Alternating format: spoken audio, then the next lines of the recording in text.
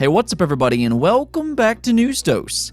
Xbox Game Pass has ultimately become one of the best deals in gaming, with so many great games coming to it on a monthly basis. I have continuously praised Xbox Game Pass as really it is an amazing subscription service. And even though this has brought a lot of enthusiasm to the game community, some wonder about its longevity and what kind of games it will allow their first-party studios to work on. Well, one of their newest studios seems to be really excited about the opportunity of launching their games into Xbox Game Pass day one, and we'll talk about why later on in the video, as well as the Xbox Series S and how it just got a lot more enticing. Also, an upcoming Nintendo Switch exclusive is impressing much of the media right now, and that's new Pokemon Snap. Yes, we did get some new details on that game today, and as a huge fan of the original, I'm loving what I'm hearing and even seeing so far. First though, let's go over some of the quick news, starting off with an upcoming cooperative game that I've really been excited about since they first showed it late last year. And that game is It Takes Two. It Takes Two is developed by the masterminds of Cooperative Experiences Hazelight Studios. This is the same studio behind A Way Out and Brothers: A Tale of Two Sons, so they've made some great games in the past. Well, it looks like they've done it yet again, as reviews are coming out for It Takes Two, and it sounds absolutely fantastic. It currently has a 90 overall score on Metacritic as of this recording. According to the reviews, Hazelight has once again made another must-play cooperative experience. I was watching some reviews earlier, and I heard things like the best platformer in the last decade, the writing is great, and it's highly creative, as you can clearly see from the trailers alone. Of course though, like their last game A Way Out, It Takes Two is another mandatory cooperative game, and I know that may be off-putting to some fans. Maybe you can't convince a friend or family member to pay the money and play with you, and that is one of the genius things that Hazelight does with their cooperative games like this.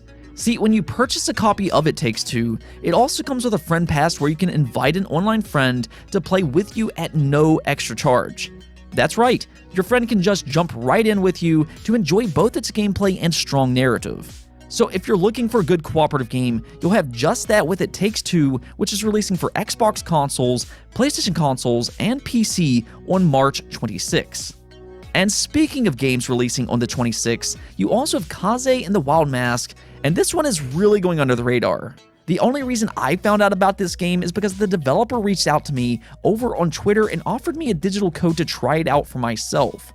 Now, I haven't played it yet or anything like that, but I thought it looked interesting enough that maybe some of you would be intrigued in this new independent platformer. You can clearly see a lot of inspiration from old platformers like Donkey Kong Country and Rayman. Now, the original Donkey Kong Country trilogy is among my all-time favorite platformers ever, and that's probably why this game catches my attention. I also like the main character's design. Really, the overall art style looks nice, from the characters themselves to the backdrops that have a nice color to them. After watching a quick trailer though, I'm definitely intrigued and thought maybe you would like to try it out for yourself when it releases later this week. Kaze and the Wild Mask will be available on the Switch, Xbox One, PlayStation 4, Steam, and Google Stadia on March 26. Next up, Capcom revealed another Resident Evil showcase for next month in April. Now, they're not saying exactly what will be at this event, but with Resident Evil Village coming out on May 7th, it's a pretty safe bet that we will get an update for that game. They did hold a showcase earlier this year where they showed some gameplay which looks exceptional. I know everybody is all fascinated with the vampire ladies, but the gameplay looks great as well. It's almost like a mix of Resident Evil 7's gameplay with Resident Evil 4's setting. I think that could be a winning combination, and after playing the maiden demo on the PS5, it gives me even more confidence that this will be another great Resident Evil game. The villains are really interesting, as it feels like they're playing with their food. They are intelligent, and it's an ominous feeling as they kind of hunt you down or at least toy with you a little bit. Capcom though has just done an amazing job in recent years with the Resident Evil franchise, but oddly enough, they did release the maiden demo exclusively for PlayStation. I'm not really a huge fan of doing exclusive demos, but I do imagine they will announce Maiden for other platforms at this showcase. There's also some rumors of a Nintendo Switch Resident Evil exclusive coming later in 2021 or early 2022. This was leaked by Dusk Golem, which has close sources with Capcom. He's leaked several Capcom-related things in the past very accurately, I must say, so there is a reason to believe this is an actual thing. According to him, it was originally planned to be Resident Evil Revelations 3, though the final name may not be that. It could be Outrage, and if it is coming this year, maybe they could announce it at this event in April. We'll see about all that, but it sounds like Capcom has a lot of plans for Resident Evil in 2021. It is its 25th anniversary after all, and we could see some other updates on the upcoming Netflix show or even that multiplayer game Reverse. I still don't really know how to feel about the multiplayer game, but I'm always excited to get some more Resident Evil. Moving on, several media outlets got their hands on new Pokemon Snap before its official release, and it sounds really good. I've let it be known on this channel several times that I am a big Pokemon fan, and Pokemon Snap is among my favorite Pokemon spin-offs ever. I have a lot of memories of playing the original on the Nintendo 64, and that's why I'm just so thrilled for a sequel all these years later. And from all of the coverage today, it sounds like everything I was hoping for and maybe even more. Now, Game Informer posted a new gameplay video today, so I do recommend watching that. As usual, I will have a link in the description below, but several new details came out with these previews. New Pokemon Snap will now include a day and night cycle where certain Pokemon will only show in the day or night. You also have multiple paths that you can take in a given level. Gyro controls is a thing now, which will be perfect in handheld mode, and it also has voice acting. From what I'm hearing so far, it's the Pokemon Snap that you remember, but even better this time. I think that day and night cycle alone is really interesting, and it adds an extra layer of replayability. And if you've never played the original, I know it's kind of hard to understand why this game is so beloved, but there is a lot of replayability with Pokemon Snap. I remember very well as a kid trying to get high scores for the Pokemon album on each individual Pokemon and then competing with my friends and family. Here though, there is a whole online game community, and you can even edit your photos and then share them online. Yeah, don't be surprised at all if social media blows up when new Pokemon Snap releases and everybody's just kind of sharing their own photos. Another thing that I really liked about the original is finding all the secrets, whether that be finding new ways to get Pokemon to react or to find a hidden path. And here you do have multiple paths that you can take, and of course you get to have those different reactions with the Pokemon by using the items that you hold. But yeah, I like what I'm hearing, and I can't wait to play new Pokemon Snap when it releases on April 30th. Let's talk about Xbox though and its subscriptions. We do have some Xbox Game Pass and Xbox Live Gold news to talk about today. About 2 months ago, Xbox took a lot of heat after revealing a price increase for Xbox Live Gold from $60 a year to $120 a year. I still have no idea what they were thinking with that, as that would have been a terrible, terrible mistake. Thankfully though, they quickly reversed that decision and kept it at $60, while also finally announcing that they would make free-to-play games, well, free-to-play. In other words, you will no longer be required to have a gold subscription to play free-to-play games online.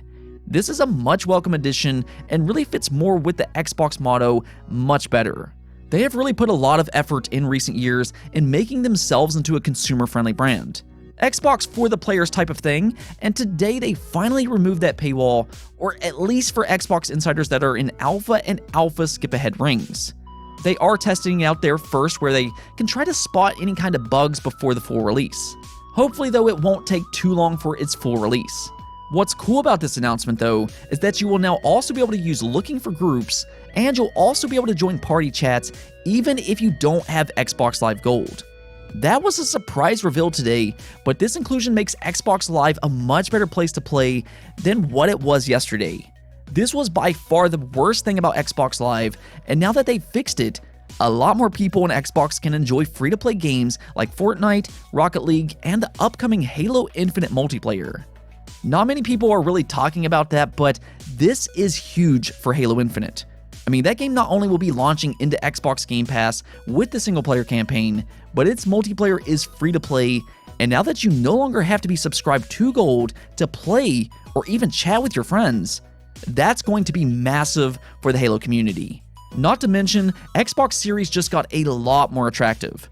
That's a $300 next-generation console that's really been holding its own. We've seen it pretty consistently hold 60 frames per second, it has a solid-state drive for faster load times, and we've seen it have some ray tracing as well. Yes, the resolution for the most part hovers around 1080p to 1440p resolution, but it's a big jump in frame rate compared to last generation consoles thanks to its upgrade on processing power. But yeah, you can now pick up the Series S and then play Halo Infinite's multiplayer completely free. That's pretty cool. As for Xbox Game Pass, there's always that discussion about Xbox's first-party studios and how they will mesh with releasing their games day one into Xbox Game Pass, and one of their newest studios had something really interesting to say about this topic. Arkane, the studio behind games like Dishonored and Prey, believes that by releasing their games into Xbox Game Pass day one will allow them to remain creative. So let's take a look at what they had to say. Being able to be a part of the Xbox Game Pass ecosystem makes things a bit different for us because we can occupy a space in that service, and we will continue to make the kind of games that we make and make them well. If you've looked on social media, you'll see that games like Prey and Dishonored 1 and 2 coming to Xbox Game Pass, a lot of people are saying that you need to play these games and have no excuse not to. So it's been very encouraging. It's a service that will allow us to remain creative and have the audience and build that relationship over time, and that's really exciting. And you know, what he says is completely right. One thing that doesn't really get talked about near enough is all the games that Xbox Game Pass brings to the forefront, especially with day one releases. You can take some chances on games by releasing into Xbox Game Pass because there is a passionate community there that will try these games out. I mean, we're seeing Japanese games launch into Game Pass with success. Xbox generally has not been known to have a strong community for Japanese games, yet you're seeing publishers like Sega and Square Enix launch their games into Game Pass day one because they're having success with that. So when you have a game like Prey as an example, that is a phenomenal game that, for whatever reason, just doesn't get enough attention. Truthfully, Arkane is quietly one of Xbox's most talented studios now, and to hear them say that they can remain creative because of Xbox Game Pass is great to hear for the future of that studio and all their fans. I'll be really interested to see what they're working on next. I really wouldn't mind seeing another Prey, but, let me know what you think about this topic. Do you agree or not? Let me know in the comments below. And with all that said, let's take a look at the poll of the day. We talked a lot about the Switch Pro rumors yesterday, and if you missed all that, make sure to go watch that episode, but it had me wondering, if the rumor is true and the Switch Pro has DLSS and can achieve 4K resolution in docked mode and also have an OLED screen, would you be willing to pay $400? Some analysts do believe that the Switch Pro will debut at an increased price of $350 to $400, and 54% of you said that no, you would not be willing to pay $400. Some of you pointed out that the PS5 Digital is the same price at $400, and the Series S is cheaper at $300, so being $400 is a little high for some of you. For me though, I hope it doesn't go higher than $350, but it sounds like a significant upgrade, and I think that there is a real market for that. I mean, you'll still have the standard Switch as well though, and then also the Switch Lite. You'll have plenty of options if you're on the market for a new Switch, but for those of you who want the best visual experience, will want that Switch Pro. I do expect this to be another hot device selling out this holiday if it does indeed release this year. I could also see it being a hot item when Pokemon Legends Arceus and Breath of the Wild 2 releases. I think those two games could be big for a Switch Pro. Anyways though, that's it for this episode, but if you liked the video, don't forget the bell notification and subscribe button for more content just like this. Also, if you'd like to support the channel through Patreon, thank you for making this content possible. Peace out.